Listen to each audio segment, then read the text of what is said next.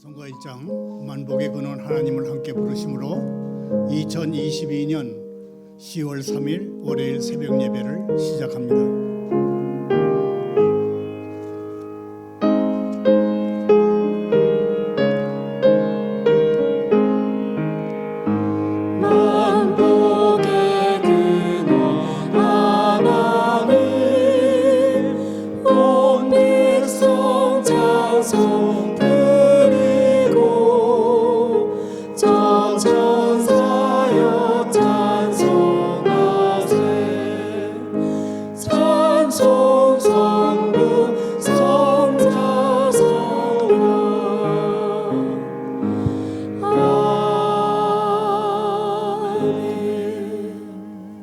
계속해서 406장 고난 내용은 편히 쉴 곳과를 함께 부릅니다.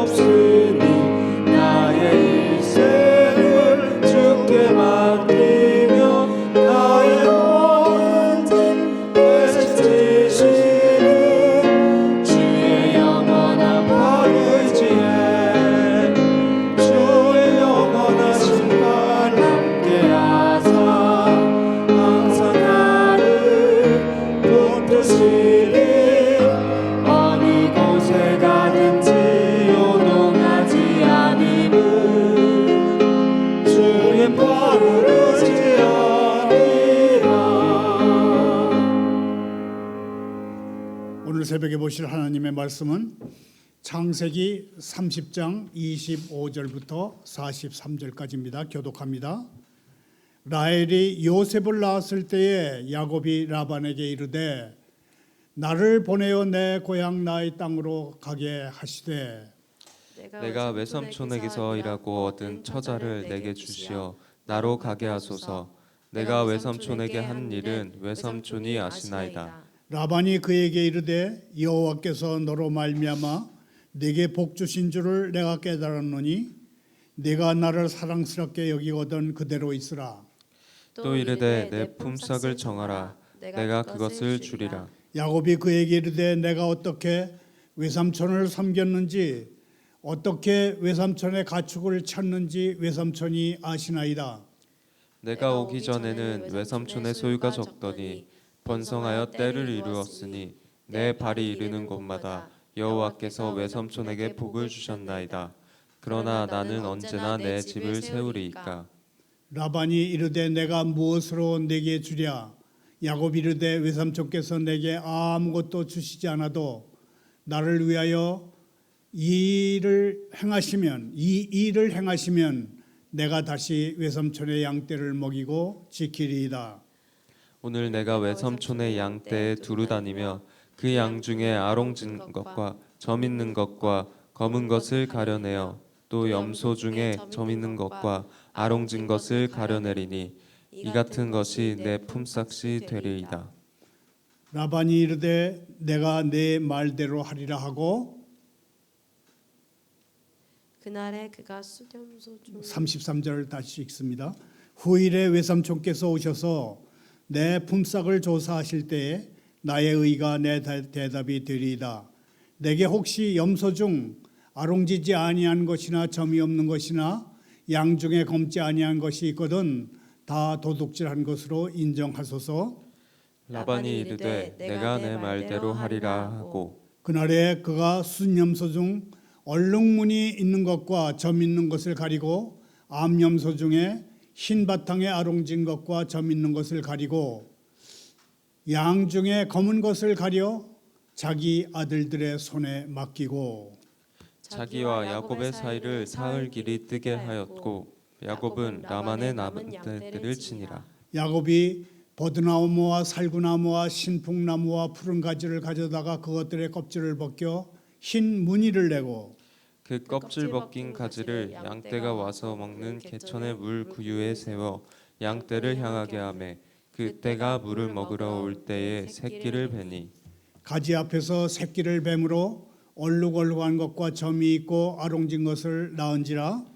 야곱이 새끼 양을 구분하고 그 얼룩무늬와 검은빛 있는 것을 라반의 양과 서로 마주보게 하며 자기 양을 따로 두어 라반의 양과 섞이지 않게 하며 튼튼한 양이 새끼를 뺄 때에는 야곱이 개천에다가 양떼의 눈앞에 그 가지를 두어 양이 그 가지 곁에서 새끼를 베게 하고 약한 양이면 그 가지를 두지 아니하니 그렇게 함으로 약한 것은 라반의 것이 되고 튼튼한 것은 야곱의 것이 된지라.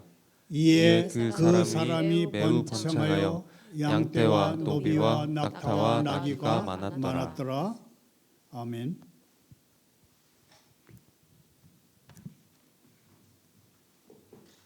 하나님 아버지, 라반과 야곱이 품삯을 놓고 서로 우위를 다툽니다. 둘 다 하나님의 섭리를 알지만 상대보다 나아야겠다는 자신의 전략에 집중한 나머지 알고 있는 것을 행동으로 옮기지 못합니다. 저희는 하나님을 믿는 대로 하나님을 위해 일하기를 원합니다. 저희의 신앙과 행동이 결합해서 안심하고 확신하며 너그럽고 넉넉한 태도로 살기를 원합니다. 도와주십시오. 예수님의 이름으로 기도하옵나이다. 아멘. 오늘의 설교 부제목은 은혜는 과학을 뛰어넘는다입니다. 이 부제에는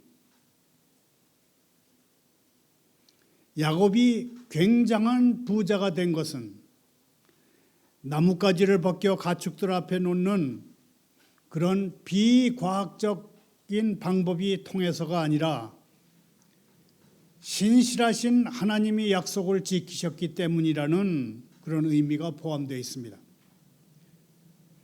야곱이 속임수를 버리고 정직하게 일했을 때 하나님이 그를 도우사 굉장한 부자가 되게 하셨습니다. 설교 중에는 전쟁에서 죽으면 모든 죄를 씻어준다는 터무니없는 말로 러시아 남자들의 우크라이나 참전을 촉구한 러시아 정교회의 키릴 총대주교의 허튼 소리를 소개합니다. 신도수가 1억 명에 이른다고 하는 러시아 정교회 수장이 푸틴 대통령이 예비군 30만 명 동원령을 내렸을 때 그 말에 옹호하면서 러시아 남자들에게 참전을 촉구한 이후에 오히려 러시아 탈출 행렬은 끊임없이 이어졌습니다. 먼저 오늘의 성경 본문을 살펴봅니다. 인생에서 상대할 만한 적수, 라이벌을 만난다고 하는 것은 그 사람에게 큰 영향을 미칩니다. 야곱의 인생이 그랬습니다. 야곱은 형 에서를 속여서 마다들에게 가는 축복을 가로챘고 그 결과로 자기 집에서 멀리 떨어진 밧단 아람으로 몸을 피해야 했습니다.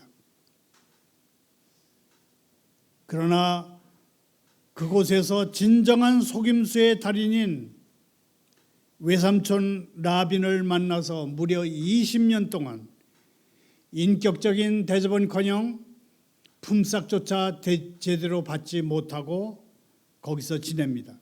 하나님은 이 과정을 통해서 야곱을 훈련시키셨습니다.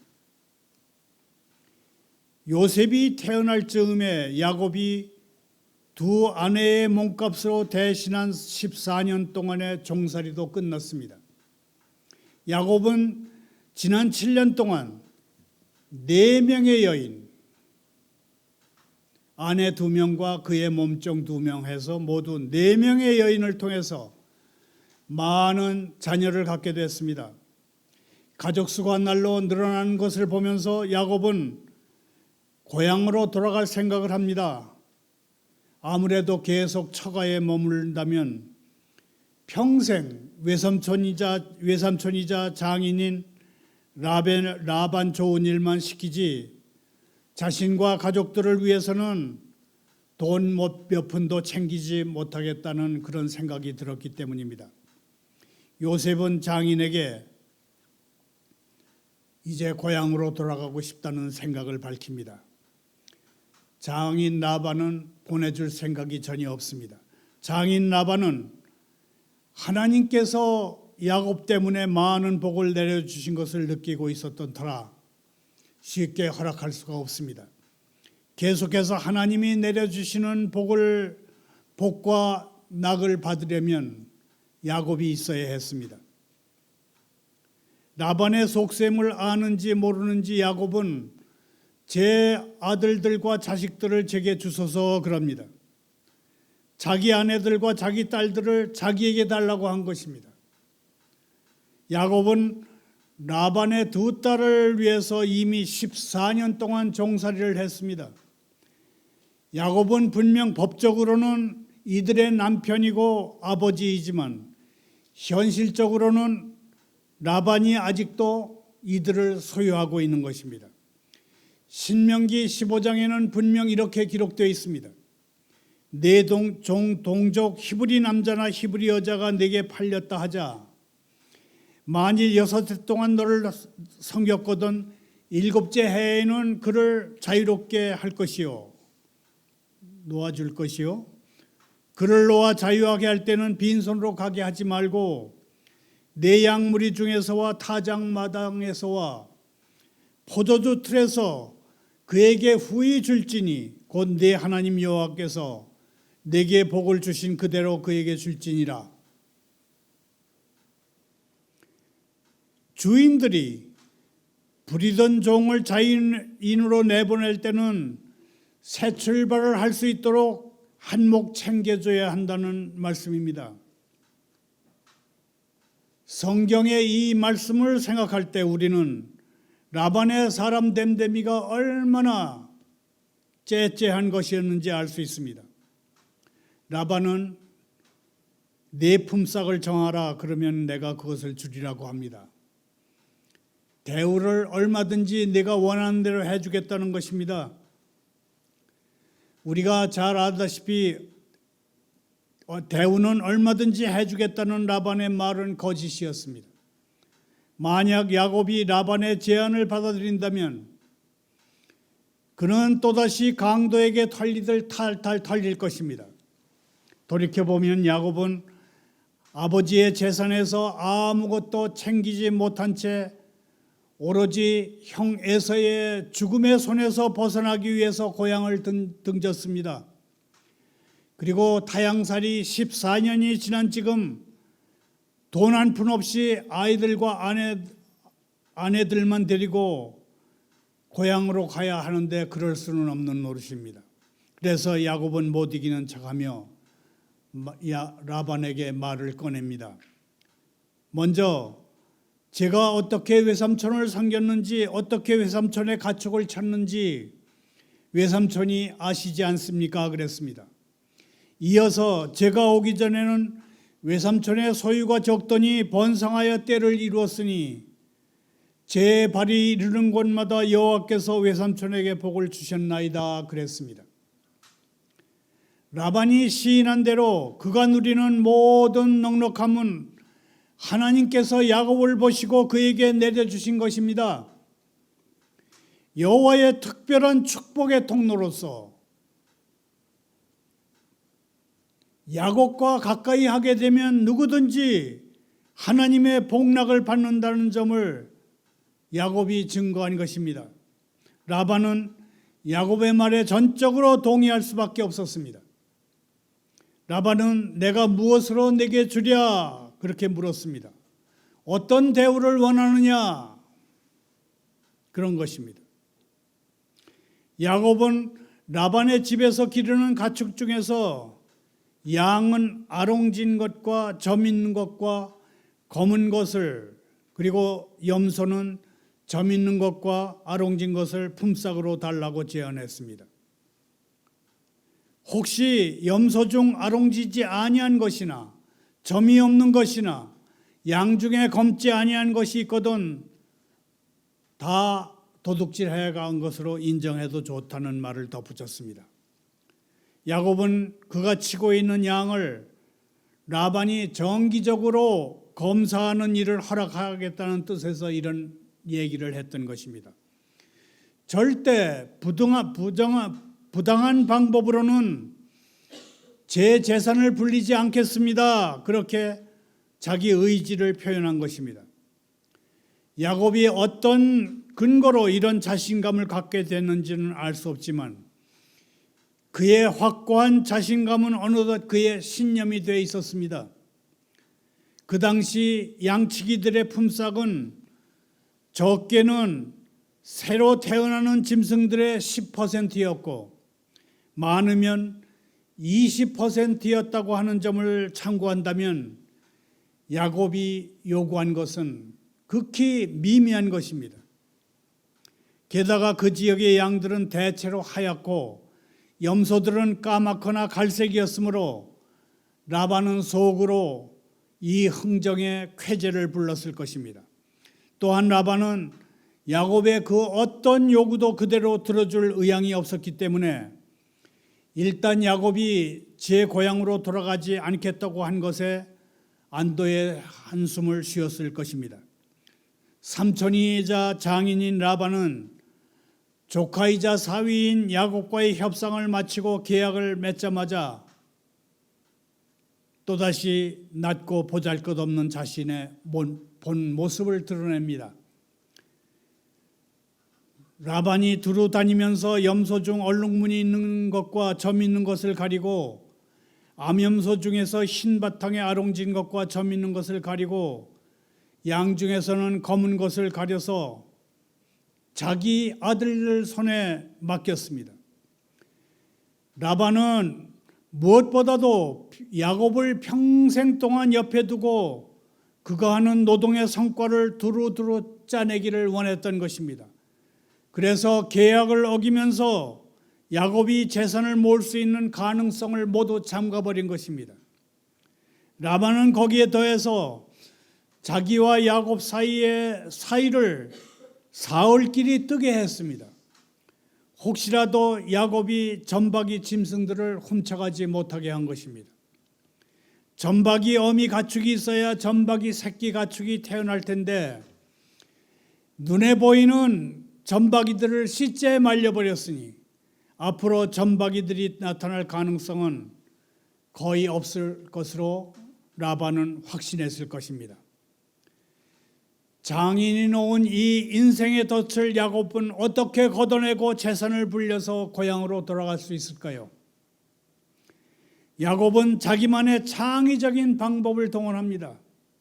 그래서 가축을 늘리고 그 수를 불립니다.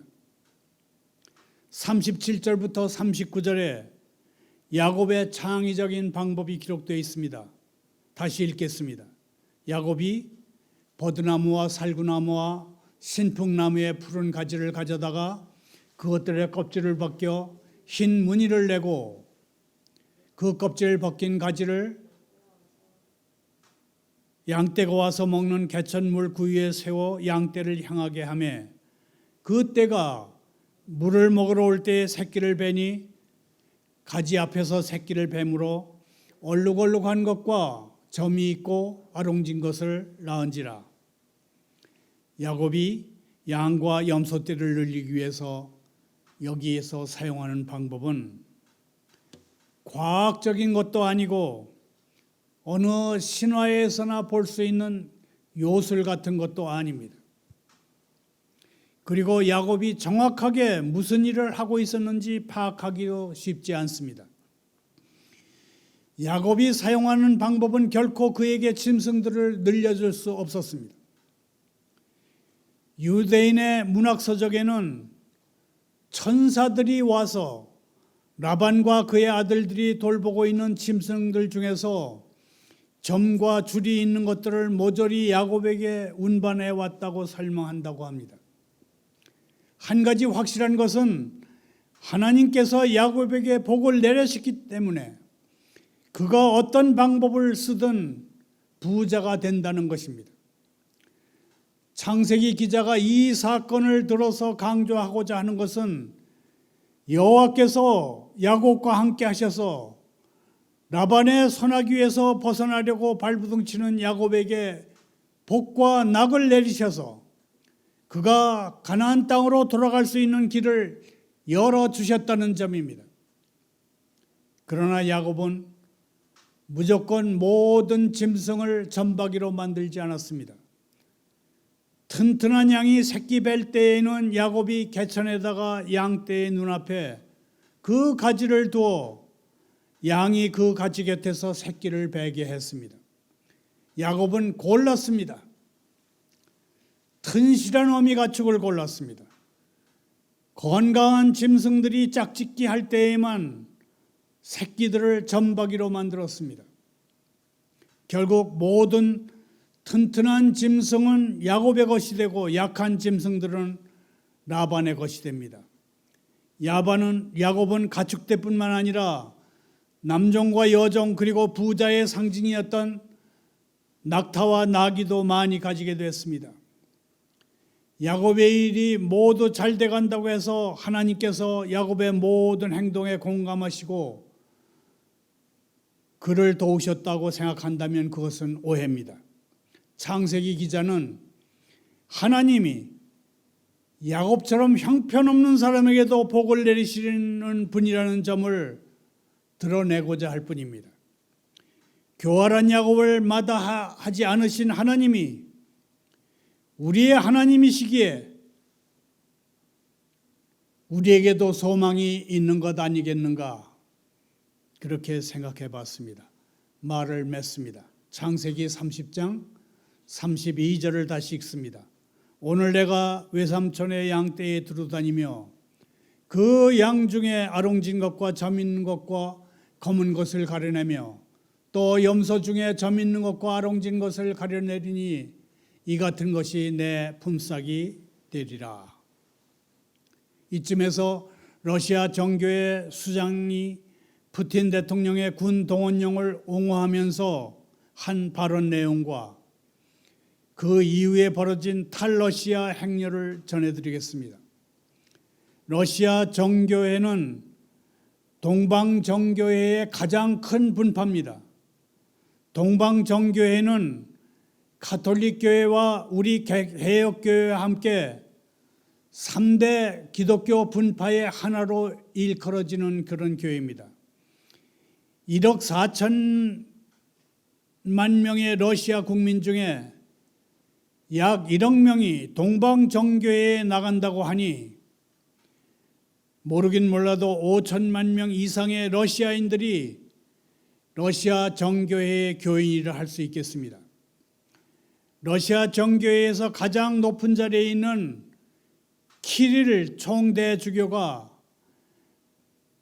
푸틴 대통령이 예비군 30만 명 동원령을 발동한 뒤에 예배 때마다 우크라 전쟁은 신성한 투쟁이라거니 조국을 위해서 목숨을 바치는 사람은 하나님이 계신 천국에서 영광과 영생을 누린다느니 전쟁에서 죽으면 모든 죄를 씻어준다느니 그런 허튼 소리를 이어갔습니다. 정교회 수장이 나서서 참전을 호소했지만 대통령이 군 동원령을 발동한 이후에 국경선을 넘어서 유럽연합 소속 국가로 탈출한 러시아인이 일주일 동안에만 6만 6천 명에 이른다고 미국 뉴욕타임즈가 보도했습니다. 뉴욕타임즈는 군 동원령이 발동된 이후 일주일 동안 서유럽 국가로 탈출한 러시아인이 직전주보다 30% 이상 늘어났다면서 대부분이 동원령을 피하려는 젊은 사람들이었다고 보도했습니다. 다시 성경으로 돌아옵니다. 야곱은 라반의 양떼 가운데 얼룩지고 점이 있는 것들만 6년치 품삯으로 받겠다고 했습니다. 그는 흰 무늬를 낸 나뭇가지들을 짝짓기 하는 가축대 가까이에 놨습니다. 그러자 그 나뭇가지를 본 양과 염소들이 건강하고 무늬 있는 새끼들을 낳았습니다. 이렇게 얻은 가축이 점점 많아져서 야곱은 엄청난 부자가 됐고 남종과 여종들을 많이 거느리게 됐습니다. 물론 야곱이 과학적인 근거가 있는 방법으로 이런 결과를 얻은 것은 아닙니다. 오로지 하나님이 은혜를 베푸신 결과입니다. 오늘의 설교 부제처럼 은혜는 과학을 뛰어넘습니다. 하나님의 약속은, 하나님의 은혜는 과학을 초월합니다. 야곱이 고향을 떠날 때 하나님은 그가 어디로 가든지 그를 지키시며 다시 고향으로 돌아오게 하시겠다고 약속하셨습니다. 약속에 신실하신 하나님이 야곱과 함께 하셔서 그에게 복을 주시고 그가 고향으로 돌아가 일가를 이룰 수 있도록 모든 필요를 채워주신 것입니다. 야곱이 처가에서 종살이를 끝내고 삼촌이자 장인인 라반을 떠나기로 했을 때 비로소 그는 부자가 됐습니다. 야곱이 엄청난 부자가 된 것은 장인 라반을 속였기 때문이 아니라 오히려 정직하게 일했기 때문입니다. 야곱이 속임수를 버리도록 하나님이 그를 도우셨습니다. 정직은 최선의 정책이다, 그런 말이 있습니다. Honest is the best policy. 제가 가장 좋아하는 격언 중에 하나입니다. 미국이 낳은 가장 위대한 기독교 신학자 라인홀드 니버 교수가 도덕적 인간과 비도덕적이라는 사회라는 책에서 한 말입니다. 개인적으로는 도덕적인 인간이 집단 속에서는 이기적이고 비도덕적인 행동을 서슴지 않는 그런 행태를 경고하는 말입니다. 예수 믿는 사람들은 정직의 가치관으로 살아야 하며 정직함 때문에 받는 손실이 있다면 그것은 하나님이 반드시 메워주실 것이라는 것을 기대하며 살아야 합니다. 무슨 일을 하든지 주님께 하듯 최선을 다하고 주님의 일꾼답게 끝까지 정직하게 충성된 삶을 사는 복된 하루, 또 한 주간이 되기를 소원합니다. 감사합니다. 기도합니다. 하나님 아버지, 민족이 민족을, 나라가 나라를 대적하여 일어나겠고 곳곳에 기근과 지진이 있을 것이나 두려워하지 말라 하신 주님, 저희는 지금 러시아의 우크라이나 침공과 중공의 타이완 해협 위협과 북한이 핵무기 사용을 서슴지 않겠다며 폭죽 터뜨리던 미사일을 발사하는 위험한 현실에 맞닥뜨렸습니다. 핵무기를 터뜨리는 3차 세계대전을 우려하는 사람들도 있습니다. 해결책은 오직 주님뿐입니다.